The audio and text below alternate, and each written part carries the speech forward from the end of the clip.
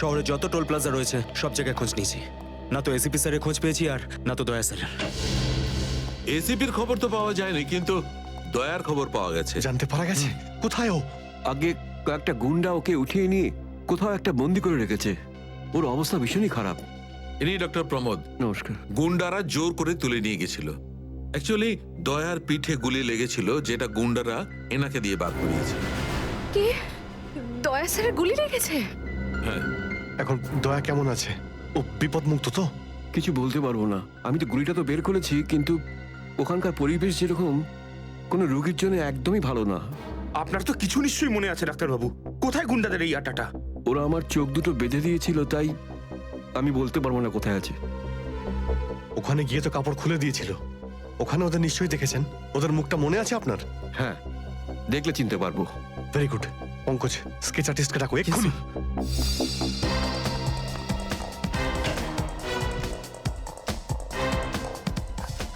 অভিজিৎ, ওই আমি তোমার সাথে। হাই। স্যার আপনি এখানে? হ্যাঁ, আমি এখানে। আচ্ছা সারিকা, পেন্টে যে রক্তটা লেগেছিল তার ডিএনএ রিপোর্টটা এসেছে? হ্যাঁ এসেছে। সেটাই বলতে এসেছিলে না অভিজিৎ স্যারকে? হয়তো তুমি আগেই বলে দিয়েছো। তোমার বসকে ডক্টর সালুকাকে বলার কথা মনেই হয়নি। ছাড়ো ছাড়ো, কোনো ব্যাপার না, কোনো ব্যাপার না, হতেই পারে হতেই পারে, ছাড়ো ছাড়ো। কি আছে ওই ডিএনএ রিপোর্টে? ওই ব্লাড স্যাম্পলটা কার সারিকা?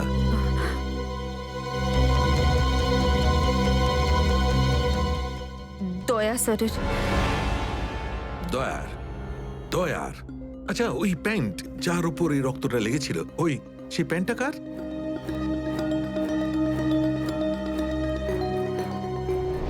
এটা কি করে হতে পারে? দয়ার রক্ত আমার প্যান্টে? অভিজিতের। এত দূর যখন চলেই এসেছো, তোমাকে কি এমনি এমনি চলে যেতে দেবো আমি? বারে বা, একেই বলে গঙ্গা জলে গঙ্গা পুজো করা। কেতন, খুব জল তেষ্টা পেয়েছে, ডাবের জল খাই না, চলো না। দাঁড়া আসছি। কেতন, আরে না না না, কেন? ছাড়ো। চলো না প্লিজ। কেতন, কেতন। বাকি শপিং না অন্য কোনো দিন করো, চলো বাড়ি যাই। না না, আমি এখনই শপিং কেতন! করবো, অন্যদিন কেন? আরে বোঝার চেষ্টা করো না, আমার শরীর খারাপ, প্লিজ প্লিজ না, বোঝার না, চেষ্টা এক্ষুনি। করো। আমি বলছি প্লিজ না, এক্ষুনি। কথা শোনো আমার। কেতন, কি আপনি? কোথায় ছিলে তুমি কেতন? কে এটা? আমি কি করে জানবো? আমি চিনি না এনাকে।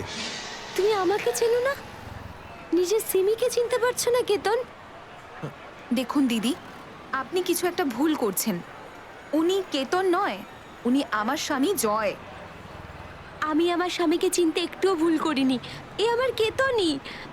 হয়তো আপনার স্বামীকেও ঠিক আমার মতনই দেখতে। আমার নাম তো জয়, জয় ধনকিশোর। এই দেখুন আমার ড্রাইভিং লাইসেন্স। তোমরা পুলিশরা এই ডুপ্লিকেট ড্রাইভিং লাইসেন্স ইজিলি বানাতে পারো, আমি সব জানি। কিন্তু তুমি এরকম কেন করছো? পুলিশ? দিদি, উনি উনি পুলিশে চাকরি করেন না, উনি তো একজন মার্কেটিং ম্যানেজার। ইনি মার্কেটিং ম্যানেজার নন, আমার স্বামী একজন পুলিশ অফিসার। 6 বছর আগে একটা ডিউটির জন্য গেছিল, আর আজ অবধি ফেরত আসেনি। 6 বছর আগে? হ্যাঁ। আপনাদের বিয়ে কবে হয়েছে? 5 বছর আগে। তুমি আমার উপর সন্দেহ করছো, তাও আবার একজন অপরিচিত মহিলার কথায়। চলো। কেতন, কেতন দাঁড়াও, কেতন।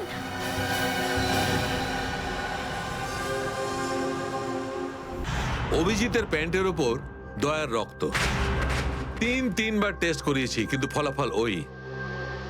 আর সেই কারণে তুমি প্যান্টটা চুপচাপ সারিকাকে দিয়ে দিয়েছিলে, কারণ তুমি জানতে ওই প্যান্টে দয়ার রক্ত লেগে আছে। যদি আমি জানতাম যে আমার প্যান্টে দয়ার রক্ত লেগে আছে, তাহলে সেটা আমি টেস্ট করার জন্য কেন দেব?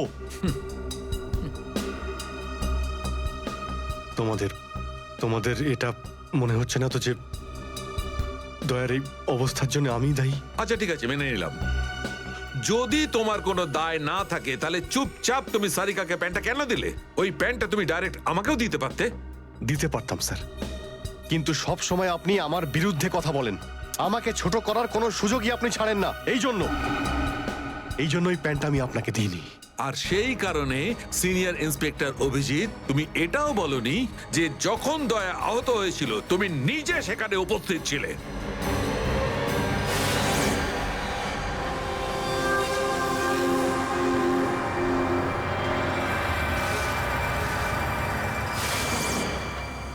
বলে দিতাম যদি আমার মনে থাকতো।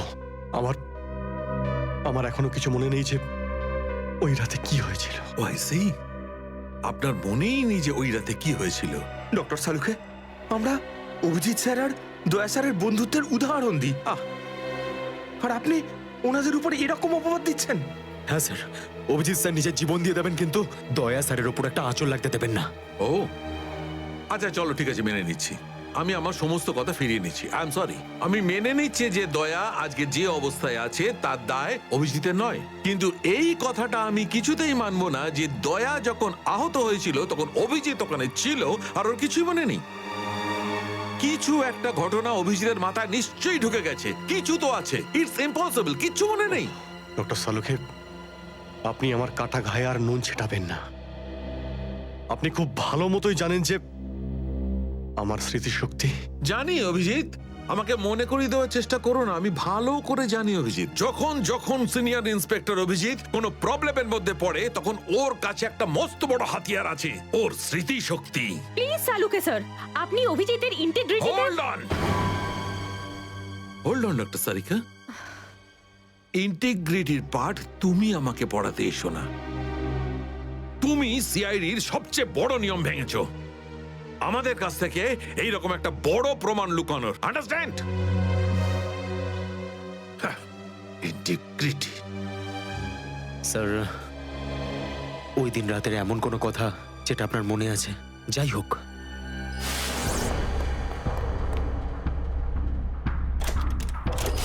আমি তেজার পিছনে দৌড়াচ্ছিলাম।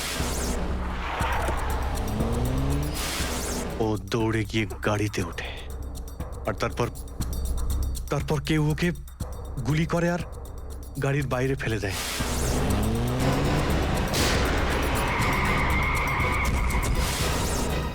যখন আমি দৌড়ে গিয়ে তেজার লাশের কাছে যাই তখন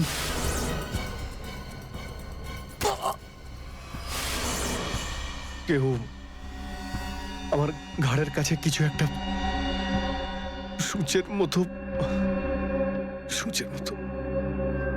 তারপর আমি অজ্ঞান হয়ে যাই। আর তার পরের দিন যখন আমার চোখ খোলে তখন আমি দেখলাম যে আমি রাস্তার পাশে পড়ে আছি। তার মধ্যে কি হয়েছে আমার কিচ্ছু মনে নেই। ঠিক আছে, কোনো ব্যাপার নয়। ওই রাতে এক্স্যাক্টলি কি হয়েছিল সেটা জানা যাবে এই গুলিটার মারফত। এটা সেই গুলিটা যেটা দয়ার পিঠ থেকে বার করেছিলেন ডক্টর প্রমোদ। আর এই গুলিটার ব্যালিস্টিক রিপোর্ট থেকেই বার করা যাবে যে আসলে এই গুলিটা কার বন্দুক থেকে ছোঁড়া হয়েছিল। Sarika, come with me. Doctor Pramod, 1 minute.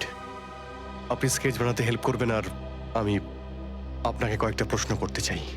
হ্যাঁ, জিজ্ঞাসা করবো। ডক্টর প্রমোদ, আপনাকে ওই গুন্ডারা কোথা থেকে কিডন্যাপ করেছিল?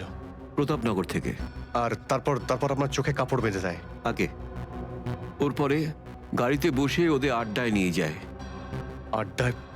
আচ্ছা, আড্ডাতে পৌঁছাতে আপনার কতক্ষণ লেগেছিল মনে আছে? 40-45 মিনিট। 40-45 মিনিট? এটা ঠিক কটার সময়? রাত তখন এই 10:30টার মতন। রাত 10:30টা? ওই সময় তো প্রতাপনগরে খুব একটা ট্রাফিক থাকে না, রাস্তা ফাঁকাও থাকে। শ্রেয়া, শহরের ম্যাপটা নিয়ে এসো, আর সেই সব জায়গা লিস্ট বানাও যেখানে প্রতাপনগর থেকে যেতে 45 মিনিট সময় লাগে। শ্রেয়া, কি হলো? শহরের ম্যাপটা নিয়ে এসো তাড়াতাড়ি। সরি স্যার, আমার শরীরটা ভালো লাগছে না, এক্সকিউজ মি।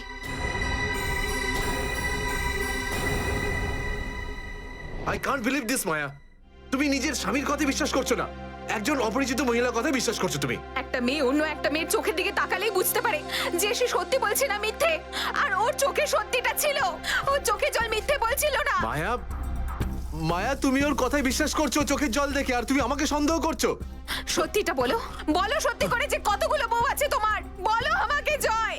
আরে আমি তো একটা সামলাতে পারছি না, আবার অন্য কোথায় আনবো? সে তো তোমার কপাল ভালো যে মার্কেটে আজ তোমার সত্যিটা জানতে পারলাম, না হলে সারা মায়া- জীবন আমি এটাই ভেবে যেতাম যে তুমি আমাকে ভালোবাসো। হ্যাঁ মায়া, এটা সত্যি যে আমি শুধুমাত্র তোমাকেই ভালোবাসি মায়া। তাহলে বলছো না কেন নিজের ব্যাপারে সত্যিটা? নিজের অতীতের ব্যাপারে কেন বলো না আমাকে কিছু? মায়া তুমি তো সব জানো আমার সম্পর্কে, যে আমার কেউ নেই কোনোদিন। আর তুমি ছাড়া আমার কে আছে বলো? আর তোমার কাজ? তুমি পুলিশে আছো নাকি মার্কেটিং ম্যানেজার? মার্কেটিং মায়া। সব মিথ্যে। আমি তোমার অফিসে যেতে চাই। আমি কিছু জানি না, আমি তোমার অফিসে যেতে ঠিক চাই। আছে, ঠিক আছে, অফিস যেতে চাও? আমি সামনের সপ্তাহে তোমাকে আমার অফিসে নিয়ে যাবো, খুশি? কেন? পরের সপ্তাহে কেন? হ্যাঁ, কালকে কেন নয়? হ্যাঁ, বরং আমি তো বলবো যে কাল নয়, আজই যেতে চাই আমি তোমার মায়া অফিসে। মায়া মায়া, সন্দেহের একটা লিমিট থাকে মায়া।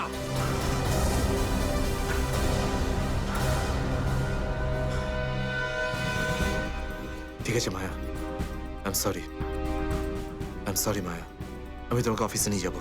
মিথ্যে কথা বলার একটা লিমিট আছে জয়, ওরফে কেতন। মায়া যতক্ষণ না তুমি আমাকে সত্যিটা বলছো, আমার সাথে কথা বলতে আসবে না তুমি। Maya, listen to me Maya, please শোনো মায়া। মায়া মায়া, দরজা খোলো মায়া।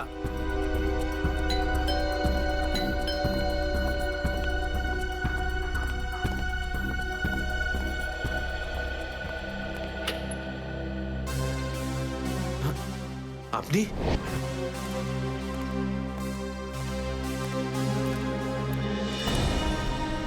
কেতন, মিশনের কাজটা থামিয়ে দাও আর এই মুহূর্তে এখান থেকে চলে যাও। না স্যার, আমি এই মিশনের জন্য আমার জীবনে 6টা বছর দিয়েছি স্যার। স্যার প্লিজ স্যার, আপনি এই মিশনটা আটকাতে পারেন না স্যার। আমি এই মিশনটা কমপ্লিট করা খুব তুমি কাছাকাছি। বুঝতে পারছো না কেন কেতন? তোমার জীবন কতটা বিপন্ন তুমি জানো? আর তাছাড়া আমি অন্যান্য অফিসারদের এইভাবে মরে যেতে দেবো না। 4টের সময় গোলমা বাস স্ট্যান্ডে অপেক্ষা করবে, that's an order. Sir, sir please sir, sir please. Sir সব মিলিয়ে 4টে এমন জায়গা রয়েছে যেটা প্রতাপনগর থেকে 45 মিনিটের দূরত্বে রয়েছে। এটা হচ্ছে ভিকে রোড, যেখানে কল সেন্টার্স আর অফিসগুলো রয়েছে। এটা সেই জায়গাটা হতে পারে না। আর এই পশ্চিমে শ্যামনগর স্যার, এখানে বেশিরভাগ সব ফ্ল্যাট স্যার। ডক্টর প্রমোদ, আপনার ঠিক মনে আছে যেখানে আপনাকে নিয়ে গেছিল সেই জায়গাটা বাংলো বা ফ্ল্যাট ছিল না? হ্যাঁ, পুরনো কোনো এলাকায়। এখন তাহলে বাকি রইল সাউথ আর ইস্ট। এই সাউথের দিকে চিত্রকূটনগর আর ইস্টে বিদ্যাধরনগর। চিত্রকূটনগরে তো অনেক দোকান রয়েছে, আর বিদ্যাধরনগর এখানে তো অনেক স্টুডিও রয়েছে, ফিল্মের শুটিং হয় এখানে। আরে শ্রেয়া, আচ্ছা এখন তোমার শরীর কেমন আছে? আমি ঠিক আছি স্যার, থ্যাংক ইউ। শ্রেয়া, চাইলে তুমি বাড়ি গিয়ে বিশ্রাম নিতে পারো, ততক্ষণ আমরা এসব খোঁজ নিচ্ছি। না স্যার, যতক্ষণ দয়া স্যার আর এসিপি স্যারের খোঁজ পাওয়া যাচ্ছে না, আমার শান্তি হবে না। ওকে, ঠিক আছে। মানে দয়া হয় বিদ্যাধরনগরে, না হলে চিত্রকূটনগরে আছে। ডক্টর প্রমোদ আপনাকে যেখানে নিয়ে গেছিল, আশপাশ থেকে সেখানে কি কোনো শব্দ আসছিল? আপনি কিছু শুনেছিলেন ওখানে? হ্যাঁ, একটা গান বারবার শোনা যাচ্ছিল। মানে বলতে চাই, প্রত্যেক আধ ঘন্টা পর ওই গানটাই শুনছিলাম। তার মানে আশেপাশে কোথাও ফিল্মের শুটিং চলছিল, মানে বিদ্যাধরনগর। বিদ্যাধরনগর, কারেক্ট। ফিল্মের সব স্টুডিও ওখানেই আছে। এটা খোঁজ নাও যে বিদ্যাধরনগরে কোন স্টুডিও আছে যেখানে এই গানটার শুটিং চলছিল। দেখো রে নয়ন মেলে জগতের বাহার, জগতের বাহার। ওটো টো টো টো, সকাল হয়ে গেছে, স্কুল যাওয়ার সময় হয়ে গেছে। ভালো বাবু, সোনা বাবু, ওঠো। কারা তোমরা? সিআইডিদের শত্রু আর অপরাধীদের বন্ধু। দেখো দেখো দেখো দেখো দেখো দেখো কেমন করে ছটফট করছে, দেখো খাঁচায় বন্দি সিংহের মতন ছটফট ছটফট ছটফট ছটফট ছটফট ছটফট। একবার শুধু শেকলটা খুলে দে, তারপর দেখ তোদের কি অবস্থা করি। No no no no no, আমরা কি মরতে চাই নাকি যে তোমার হাত খুলে দেবো? আরে আমরা তো শুধু এটা বলতে এসেছিলাম যে তোমার সাথে সাথে তোমার পুরো সিআইডি টিমের এবার সর্বনাশ হতে চলেছে। সর্বনাশ। অনেক দেখেছি তোদের মতন সিআইডির সর্বনাশ করার লোক। আজ তারা কোথায় আছে কেউ সেটা জানে না। তুমি আমাদের এতটা বোকা আর দুর্বল ভাবতে যেও না, কারণ আমাদের বস এত চালাক, এতটাই চালাক যে সিআইডির ছায়াও ওর কাছে পৌঁছাতে পারবে না। আমার কথা শোন, গিয়ে তোর বসকে বলে দে কাউন্ট ডাউন শুরু করে দেয় যেন ও বাঁচবে না আর। বাঁচবে না আর ও! কি ব্যাপার তোমাদের ভাই, তোমাদের এই সিআইডি অফিসারদের এই ব্যাপারটা আমার দারুণ ভালো লাগে। মৃত্যুর মুখে বসেও ডায়লগ মারতে ছাড়ো না তোমরা। দয়া, তোমার সঙ্গে দেখা করে খুব ভালো লাগলো। Good bye.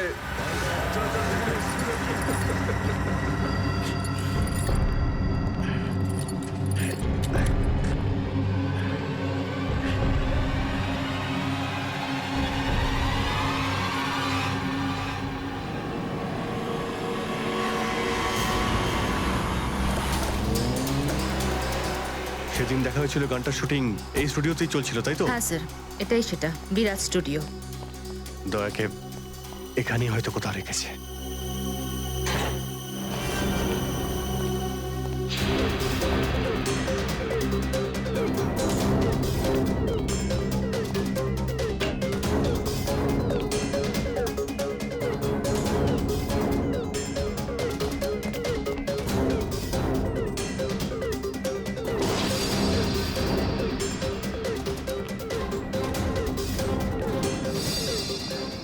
এত রক্ত? তার মানে স্যার, দয়া স্যার এখানেই ছিলেন? এই শিকল দিয়ে বেঁধে রেখেছিল আমার বন্ধু দয়াকে। একবার যদি আমি এদের পাই না। স্যার, এই চায়ের কাপটা পেলাম, চা এখনো গরম রয়েছে। যা গরম আছে তার মানে হলো ওরা এখান থেকে বেশি দূর যায়নি।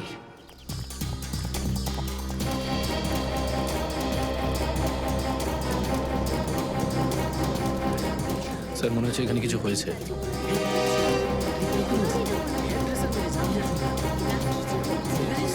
সরে যান প্লিজ, সরে যান, সাইড দিন, আমরা সিআইডি থেকে এসেছি। স্যার দেখুন না, কেউ ঋতুকে খুন করে ফেলেছে। কি করে হলো এইসব? বলতে পারবো না স্যার, আমরা সবাই শুটিং এ ব্যস্ত ছিলাম তো তো হঠাৎ গুলি চালাবার আওয়াজ পেলাম, আর এখানে এসে দেখলাম এই মরে আছে। কতক্ষণ আগে চলেছিল গুলি? স্যার, এই ধরুন আধ ঘন্টা আগে। স্যার, আমরা লোকাল পুলিশকেও ইনফর্ম করে দিয়েছি স্যার। ঠিক আছে, আপনারা একটু এখান থেকে পিছিয়ে যান একটু।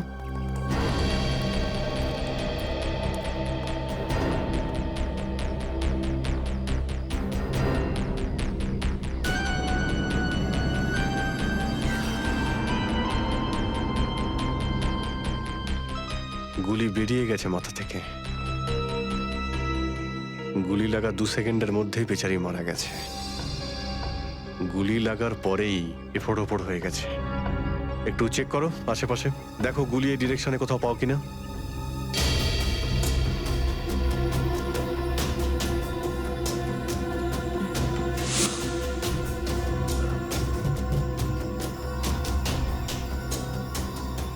এই বেচারি এইভাবে এখানে বসেছিল, পিছন থেকে কেউ গুলি করলো আর এইভাবে উল্টে পড়ে যায়।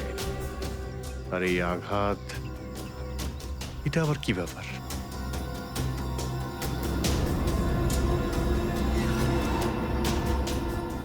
উইক পড়েছিল মেয়েটা।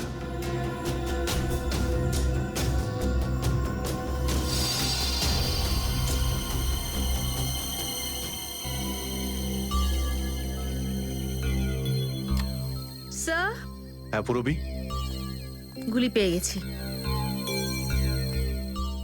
রাইফেলের গুলি মনে হচ্ছে। রেখে দাও এটাকে। আচ্ছা, কি উইক পড়তো? একদমই না স্যার, ও আসলে আমার হেয়ার ড্রেসার ছিল। আর আমার উইকস আর সব কিছু ওই রাখতো। যে উইকটাও পড়েছে না, সেটা আমার নেক্সট সিনের জন্য লাগতো। ঋতু আপনার উইক পড়েছিল? হ্যাঁ স্যার। সুশান্ত, বুঝতে পারলে যখন ঋতুকে গুলি করা হয় তখন খুনি ওর মুখটা দেখেনি, গুলি পিছন থেকে চালিয়েছিল। আর যখন ঋতুর গুলিটা লেগেছিল তখনও ওনার উইক পড়েছিল। মানে গুলিতে ঋতুর নয়, আপনার নাম লেখা ছিল। কি? হ্যাঁ, আপনাকে কেউ মারতে চায়। এই দেখো 0.33 ক্যালিবারের বুলেট, এটা যেটা দিয়ে ঋতুকে মারা হয়েছে, যেটা শুধুমাত্র স্নাইপার রাইফেল দিয়েই ছোঁড়া যায়। তাহলে সালুকে স্যার, এই ওর মাথাতে দুটো লাল রঙের চিহ্ন কিসে? এই লাল চিহ্ন দুটো এন্ট্রি আর এক্সিট উন্ড। ঋতুর মাথার মধ্যে গুলি এই দিক দিয়ে ঢুকেছে আর এইখান দিয়ে বেরিয়ে গেছে। এই এক্সিট বোন এন্ট্রি বোন থেকে প্রায় হাফ ইঞ্চি নিচে, মানে গুলি উপর থেকে নিচে চালানো হয়েছিল। আগে হ্যাঁ, গুলিটা ঋতুর মাথায় এইখান দিয়ে ঢুকেছিল আর এইখান দিয়ে বেরিয়ে এসে সোজা ভ্যানিটি ভ্যানের ফুটবোর্ডে এসে আটকে গেছে। আর আমাদের ক্যালকুলেশনের হিসেবে গুলিটা চালানো হয়েছে এদিক থেকে, এইভাবে। গুলিটা প্রায় 2-3 তলার ওপর থেকে ছোঁড়া হয়েছে। অনেক কিছু জানতে পেরে গেছেন স্যার আপনি। হ্যাঁ, ঋতুর কেসে তো আমি অনেকটাই জানতে পেরে গেছি।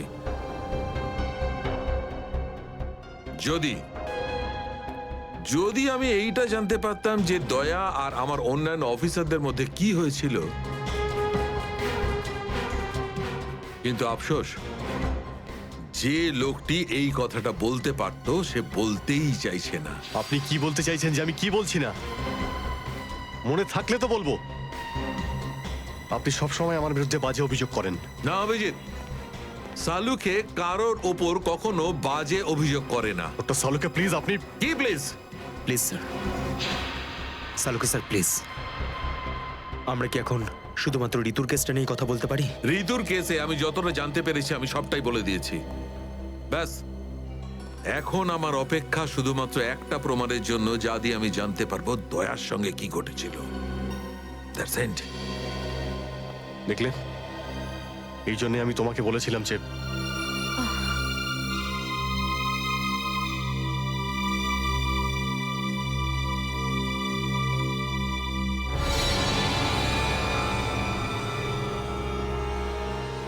Sharp shooter.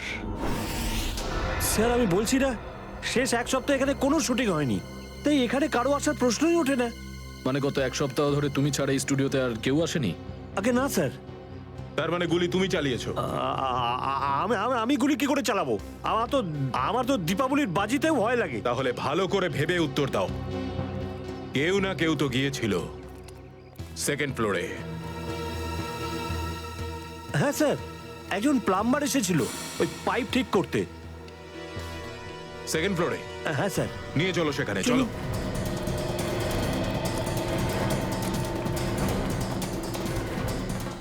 কোন দিকে? এই দিকে।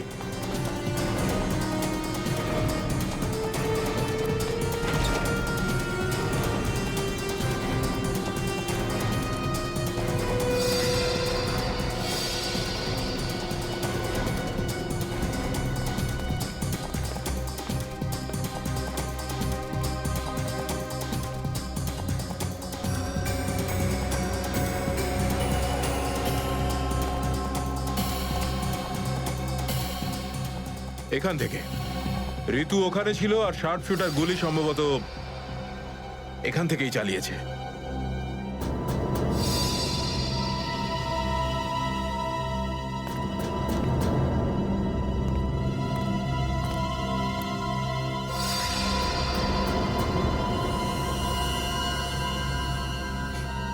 স্যার, স্যার লাবণ্যকে গুলি করা হয়েছিল।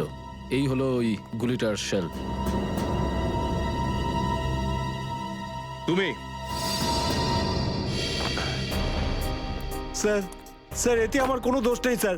স্যার প্লিজ আমার বিরুদ্ধে কোনো কমপ্লেন করবেন না, আমার চাকরি চলে যাবে, প্লিজ প্লিজ। ভয় পেও না। আচ্ছা আমাকে এটা বলো, ওই প্লাম্বারের মুখটা দেখেছিলে তুমি? স্কেচ বানাতে পারবে? স্যার আসলে কি বলুন তো, আমি না চশমা ছাড়া কিছু দেখতে পাই না। আর ও যখন এসেছিল তখন আমার চশমা কোথাও হারিয়ে গিয়েছিল আর আমি চশমাটাই খুঁজছিলাম। এই লাবণ্যর কোনো না কোনো শত্রু তো নিশ্চয়ই আছে, নইলে কেউ ওকে মারার চেষ্টা কেন করবে? এই লাবণ্য টিকুজি বের করেছি স্যার, ওর কারোর সাথে কোনো শত্রুতা ছিল না। হ্যাঁ স্যার, ফ্লপ হচ্ছিল ওর সব ফিল্ম। তাহলে এরকমও হতে পারে না যে অন্য কোনো অভিনেত্রী হিংসা বা ঈর্ষার কারণে ওকে মারার চেষ্টা করে থাকবে। লাবণ্য খুব বড় লোক নয় যে টাকা পয়সার জন্য ওর উপরে কেউ হামলা করবে। স্যার হতে পারে সত্যি এই গুলিটা ঋতুর উপরে চালানো হয়েছে, লাবণ্যের উপর নয়। আচ্ছা, তোমরা কি ঋতুর ব্যাপারে ইনফরমেশন বের করেছো? হ্যাঁ স্যার, ঋতুরও কারোর সাথে কোনো শত্রুতা ছিল না। এমন কোনো না কোনো ব্যাপার আছে যা আমরা ঠিকমতো দেখতে পাচ্ছি না। এই লাবণ্যের যে আর্টিকেলগুলো আমরা পেয়েছি এর মধ্যে কোনো না কোনো ব্যাপার নিশ্চয়ই আমরা পাবো যার সঙ্গে কেসের কোনো না কোনো সম্পর্ক আছে। স্যার স্যার এটা 3 দিন পুরনো পেপার। এতে নিউজ আছে যে লাবণ্য জিনিসপত্র চুরি হয়েছিল ব্লু ইভ রিসর্ট থেকে। লাবণ্যের জিনিসপত্র চুরি হয়েছিল ব্লু ইভ রিসর্ট থেকে?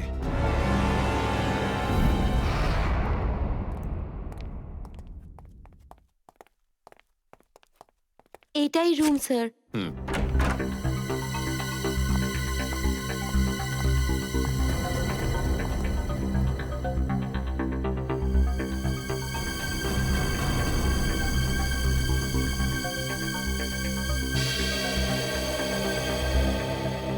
এই ঘর থেকেই আপনার জিনিসপত্র চুরি হয়েছিল? একদমই তাই স্যার, কিন্তু খুব একটা দরকারি জিনিস ছিল না, এই এমনি 1,500-2,000 টাকা আর নকল জুয়েলারি। আর পুলিশ কোনো সূত্র পায়নি এখান থেকে? না স্যার। কিন্তু চোর এখানে আসলো কি করে? জানলা দিয়ে, এসির জায়গা দিয়ে নাকি? স্যার দরজা থেকে এসেছিল। পুলিশের কথা অনুযায়ী ও চাবির ব্যবহার করেছিল ঘরটা খুলতে। আর এই ঘরের চাবিটা কার কার কাছে ছিল? একটা আমার কাছে আর একটা এদের কাছে। ও মানে হোটেলের কোনো ভেতরের লোকের কাজও হতে পারে। ম্যাডাম আপনি এসব কি বলছেন? 15 বছর পুরনো আমাদের হোটেল। আমরা খুব সৎভাবে কাজ করে এখানে গুডউইল বানিয়েছি, আর আমাদের হোটেলের কোনো লোক এটা করতে পারে না। হয় এই কাজটা কোনো হোটেলের ভেতরের লোকই করেছে, অথবা কোনো বাইরের লোক এই চাবি চুরি করে চাবির ডুপ্লিকেট বানিয়ে নিয়েছে। আর এই দুটো সিচুয়েশনেই তোমাদের হোটেল দায়ী, বুঝলে কিছু? ছেড়ে দিন না স্যার, এই ছোটখাটো চুরির জন্য কেন ওদের ডিস্টার্ব করছেন? লাবণ্য দেবী, এই জিজ্ঞাসাবাদ আমরা আপনার জিনিসপত্রের জন্য করছি না, বরং এটা তাকে ধরার জন্য করছি যে আপনাকে মারতে চাইছে। কারণ আমাদের মনে হয় যে এই চুরির সম্পর্কের সাথে আপনার উপর প্রাণঘাতী হামলার সাথে থেকে থাকতে পারে। সেই কারণে একটু ঠিক করে মনে করে বলুন, আর কোনো বিশেষ জিনিস বা কোনো দামি জিনিস যেটা চুরি হয়েছে? হ্যাঁ, আমার তো না, কিন্তু আমার হেয়ার ড্রেসার ঋতুর জিনিস চুরি হয়েছিল। আর তারপর ওর হঠাৎ করে মুড অফ হয়ে গেছিল আর ও খুব কাঁদছিল। এমন কি জিনিস চুরি হয়েছিল ওর? একটা অদ্ভুত শোপিস ছিল। শোপিস? হ্যাঁ, আমিও অবাক হয়েছিলাম ভেবে যে একটা শোপিসের জন্য এত ভেঙে পড়ার কি আছে। আর আমি ওকে বলেও ছিলাম যে আমি ওকে একটা নতুন শোপিস এনে দেবো, কিন্তু হয়তো ওই শোপিসটা ওর জন্য খুব দামি ছিল। খুব দামি শোপিস ছিল? না না, ওই ট্রিপোলিয়াম বাজারে যে চাইনিজ শোপিসের দোকানগুলো আছে না, সেখান থেকেই নিয়েছিল। ওই হবে 700-800 টাকার মতো। ত্রিপোলিয়া বাজারে চাইনিজ জিনিসপত্রের দোকান?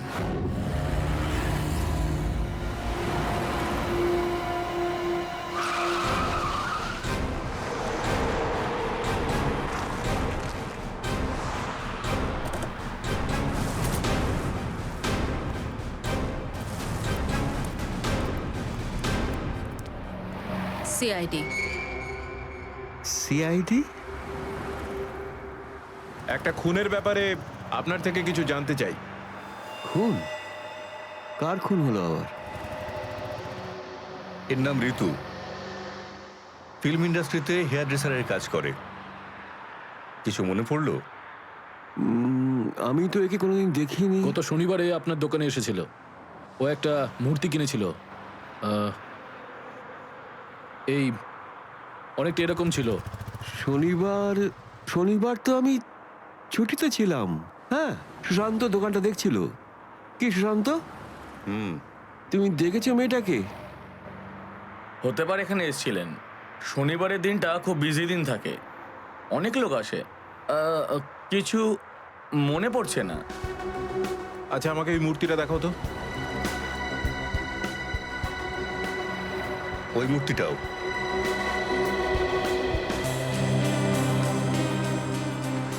এরকম আর কটা পিস আছে আপনার দোকানে? এই 15-20টা হবে। কি সুশান্ত? হ্যাঁ,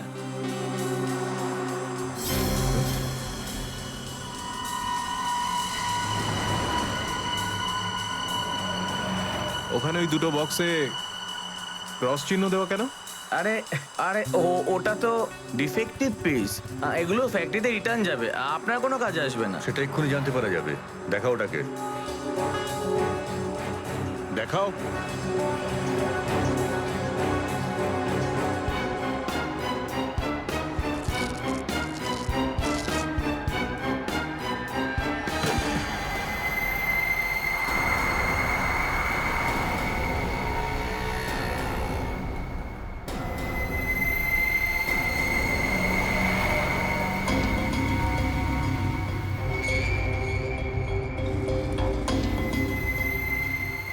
তো এসব ড্রাগসের ব্যাপার, ঋতু কেউ এরকমই শপিস বেঁচেছিলে? সুশান্ত, তুমি আমার দোকানে থেকে ড্রাগসের কারবার করতে? এবার বন্ধ করো এই নাটকটা, অ্যারেস্ট করো এই দুজনকে। আসুন, পরে দেখছি। চল, তোকে বোঝাচ্ছি, চল স্যার, আমি কিছু করিনি স্যার। চল।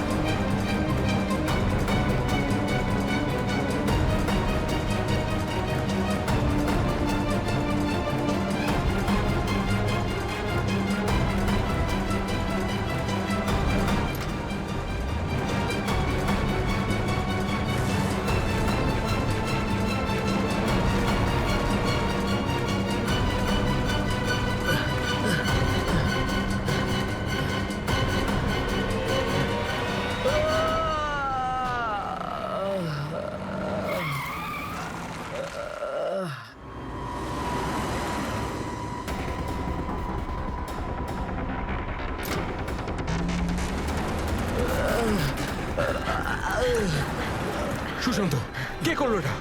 বলো সুশান্ত, উত্তর দাও। হ্যাঁ বলো, বলো সুশান্ত, কে করলো এটা? সুশান্ত,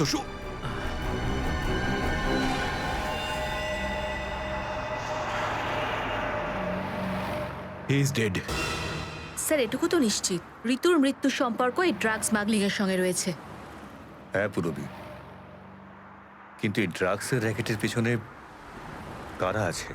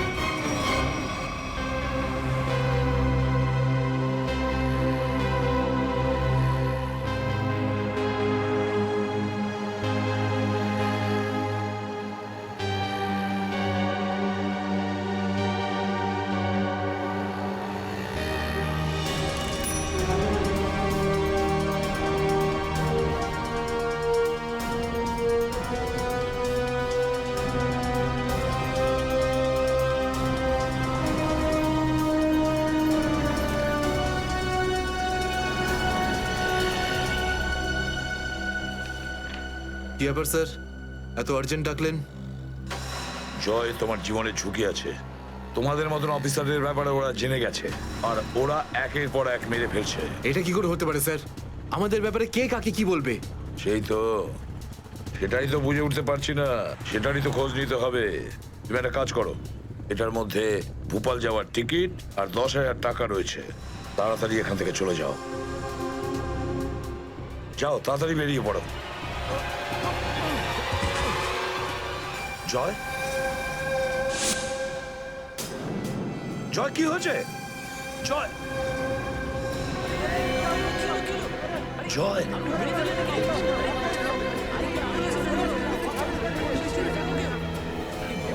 মাই গড,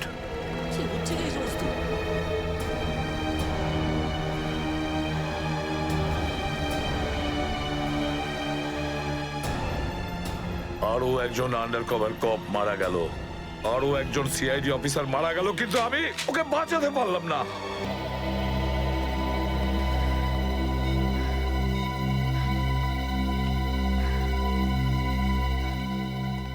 দয়া স্যারের ফোনটা কেন লাগছে না? শ্রেয়া, দয়া স্যারও ঠিক ফিরে আসবেন যেরকম অভিজিৎ স্যার এসেছেন। স্যার কিভাবে ফিরে আসবেন? আমরা তো এটাও জানি না যে দয়া স্যার কোথায় আছেন। স্যার নাইবা দয়া স্যারের খোঁজ পাওয়া যাচ্ছে, নাইবা এসিপি স্যারের। শ্রেয়া ওনারা সিআইডি অফিসার, এরকম অনেক সমস্যার সম্মুখীন হয়েছেন। যেখানেই থাকুক না কেন নিশ্চয়ই ভালো থাকবেন ওনারা। স্যার আপনি এমনটা কিভাবে বলতে পারেন? আপনি রক্ত দেখেছিলেন তো? কতটা রক্ত পড়েছিল বলুন তো ওখানে? আর ওই গুলিটা, যে গুলিটা দয়া স্যারের শরীর থেকে বেরিয়েছিল। হ্যাঁ শ্রেয়া, আমি সবকিছু দেখেছি, কিন্তু তার মানে এটা তো নয় যে সিআইডি অফিসাররা মারা যান না। স্যার, হ্যাঁ স্যার আপনি ঠিক আছেন তো? স্যার কাল থেকে আপনাকে ফোনে পাচ্ছিলাম না। হ্যাঁ, আমি একটা জরুরি কাজে ব্যস্ত ছিলাম। এমন একটা টপ সিক্রেট কাজ ছিল, কাউকে বলতে পারিনি, এমনকি তোমাদেরও নয়। স্যার কি? স্যার দয়া স্যারের কোনো খোঁজ পাওয়া যাচ্ছে না। দয়া স্যারের কোনো খোঁজ পাচ্ছ না মানে? স্যার দয়া স্যার নিখোঁজ। কিন্তু গেল কোথায় ও? জানি না স্যার, ওনার ফোনটাও লাগছে না। আর ওনার গায়ে গুলিও লেগেছে। দয়ার গায়ে গুলি লেগেছে? এক মিনিট, এই ব্যাপারটা তোমরা জানলে কি করে? স্যার, সালুকে স্যার বলছিলেন যে দয়া স্যারের বডি থেকে একটা ডক্টর গুলি বের করেছেন আর চুপ করে নিয়ে এসে ওনাকে দিয়েছেন। দয়ার বডি থেকে গুলি বের করে সেটা শালুকে পাঠানো হয়েছে? অভিজিৎ, অভিজিৎ কোথায়? স্যার অভিজিৎ স্যারও নিখোঁজ ছিলেন, 3 ঘন্টা আগেই ফিরে এসেছেন। আর তার থেকে বড় কথা স্যার, অভিজিৎ স্যারের প্যান্টে দয়া স্যারের রক্ত লেগেছিল। অভিজিৎ নিখোঁজ? 3 ঘন্টা আগে ও ফিরে এসেছিল আর ওর প্যান্টের ওপর দয়ার রক্ত লেগে আছে? আর ওনার কিছুই মনে নেই স্যার।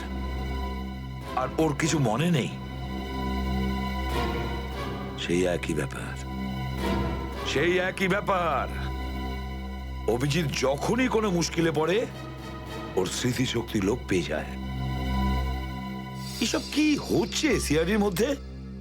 আমাদের তিনজন আন্ডার কভার অফিসার মারা গেছে।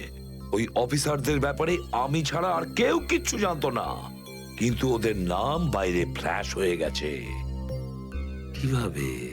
স্যার এই কথাটা যদি শুধু আপনি জানতেন তাহলে। সেটাই তো বলছি আমি সচিন, সেটাই তো বুঝে উঠতে পারছি না এসব কি করে হলো, কিভাবে হলো। এটার একটাই মানে দাঁড়ায় সচিন, আমাদের মধ্যেই কেউ একজন আছে যে আমাদের সঙ্গে বেইমানি করছে, আমাদের সাথে বেইমানি করছে। একজন বেইমান আছে। আর স্যার একটা কথা আরো, একজন হেয়ার ড্রেসার খুন হয়ে গেছে স্যার। Hairdresser? হ্যাঁ স্যার, শুটিং চলাকালীন ওকে খুন করা হয়েছে। স্যার মনে হচ্ছে এই খুনটা ড্রাগসের কারণে হয়েছে। আর স্যার তদন্ত করতে করতে একটা লোক পর্যন্ত পৌঁছেছি, কিন্তু শেষে ও মারা যায়। আর স্যার ওর পকেট থেকে আমরা এই কাগজটা পেয়েছি। স্যার এটার উপরে কিছু নাম্বার লেখা রয়েছে। 185637245 183567235। আমার মনে হয় সচিন এটা কোনো টেলিফোন বা মোবাইলের নাম্বার নয়, এই নাম্বারটা অন্য কিছু, এই নাম্বারটা অন্য কিছুরই হবে। কিন্তু কি, কিসের নাম্বার হতে পারে এটা? হ্যাঁ সালুকে। আরে এরা তো সব তোমার সঙ্গেই আছে, তোমার অফিসাররা তো তোমাকে খুঁজে খুঁজে হয়রান হয়ে গেল। আমি কোথায় গিয়েছিলাম ওরা জানে। এবার তুমি বলো, এমন কোন কথা আছে যেটা ফোনে বলতে পারোনি? প্রদ্যুমন, এই কথাটা আমরা দুজন আলাদা বলতে পারি না? কেন? এমন কি কথা আছে যে এদের সামনে তুমি বলতে পারছো না? বলতে পারি, কিন্তু ভয় পাচ্ছি। ভয় পাচ্ছি যে যে লোকটাকে এরা হিরো মনে করে, যারা তার মতো হতে চেষ্টা করে, স্বপ্ন দেখে, যাতে ও নিজে এই লোকেদের দৃষ্টিতে পড়ে না যায়। এসব ঘুরিয়ে ফিরিয়ে কথা বন্ধ করো সালুকে। পরিষ্কার করে বলো, আর সবার সামনে বলো। ঠিক আছে, পরিষ্কার করে বলছি, আর আমি সবার সামনে বলছি। কিন্তু যেটা আমি বলবো সেটা শুনে কেউ যেন মনে করো না যে আমি কারোর ওপর বদলা নিচ্ছি বা কারোর সঙ্গে শত্রুতা করছি। ক্রাইম স্পটের ব্যালিস্টিক রিপোর্ট এসে গেছে। কি লেখা আছে রিপোর্টে? প্রথম গুলিটা চলে কালুর ওপর, অভিজিতের বন্দুক থেকে। আমাদের আন্ডারকভার কপের উপরে? আগে হ্যাঁ, শুধু তাই নয়, দ্বিতীয় গুলিটা চালানো হয়েছিল ভিকুর ওপর, দয়ার বন্দুক থেকে। না, এরকম হতে পারে না। অভিজিৎ স্যার আর দয়া স্যার ভিকু আর কালুকে এইভাবে চেয়ারে বেঁধে রেখে গুলি চালাতে পারে না স্যার। ফ্রেডে, ব্যালিস্টিক রিপোর্ট কখনো মিথ্যে কথা বলে না। আর সবচেয়ে ইম্পর্টেন্ট রিপোর্ট, সেই রিপোর্ট যার জন্য এদের সবাইকে বাইরে যেতে বলেছিলাম। অভিজিতের ফোন। অভিজিৎ, কোথায় তুমি? এখন এই মুহূর্তে ফরেনসিক ল্যাবে তুমি চলে এসো। ফরেনসিক ল্যাবে? কেন স্যার, কি হয়েছে? অভিজিৎ, তুমি কাল্লুকে গুলি চালিয়েছো? কাল্লুকে গুলি আমি? আর স্যার, ওকে আমি কেন গুলি করতে যাব? অভিজিৎ, তুমি এই মুহূর্তে ফরেনসিক ল্যাবে চলে এসো, and that's an order. Sir, এই কথাটা শুনে আপনি যতটা অবাক হয়েছেন ততটা আমিও অবাক হয়েছি। আর যতক্ষণ আমি এটা না জানছি যে ওই রাতে কি হয়েছিল, আমি আসবো না। তাহলে কি তুমি আমার বিরুদ্ধে যাবে? স্যার, আমি আপনার বিরুদ্ধে যাচ্ছি না স্যার। আমি সেটাই করছি যেটা আপনি আমাদের শিখিয়েছিলেন, সিআইডির ডিউটি স্যার। অভিজিৎ, ও না করে দিল। আপনার অনেস্ট, ব্রিলিয়েন্ট, ইন্টেলিজেন্ট অফিসার আপনার অর্ডার ক্যারি আউট করতে না করে দিল এসিপি সাহেব। আমি জানতাম প্রদ্যুমন, এই অভিজিৎ একদিন না একদিন পুরো সিআইডি টিমের জন্য সেই মাছি প্রমাণিত হবে যে সমস্ত পুকুরটাকে নষ্ট করে দেয়।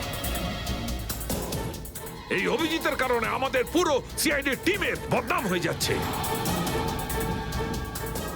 কলঙ্ক একটা।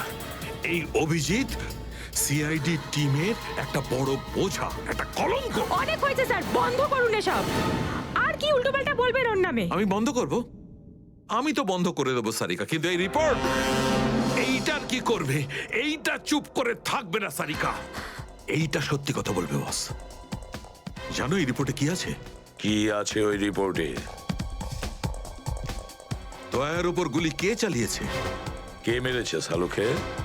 কে করেছে গুলিটা? প্রদ্যুমন, দয়ার উপর গুলি তোমার honest, brilliant, intelligent officer Abhijit চালিয়েছে। কি?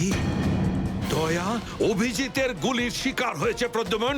অভিজিৎ গুলি চালিয়েছে দয়ার ওপর। অভিজিৎ? অভিজিৎ অভিজিৎ দয়াকে গুলি করেছে?